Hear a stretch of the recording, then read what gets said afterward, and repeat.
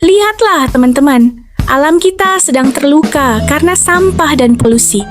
Tapi, apa yang bisa kita lakukan untuk membantunya? Dengan semangat dan kreativitas, mereka punya sebuah ide cemerlang untuk mengubah lingkungan mereka.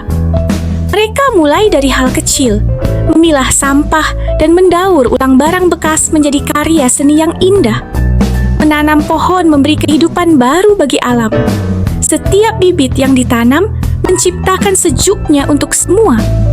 Menghemat air dan listrik juga merupakan cara cinta kita terhadap bumi. Jangan biarkan mereka terbuang sia-sia. Lihat dampaknya. Tindakan kecil mereka membawa perubahan besar. Alam kembali ceria dan makhluk hidup pun bahagia.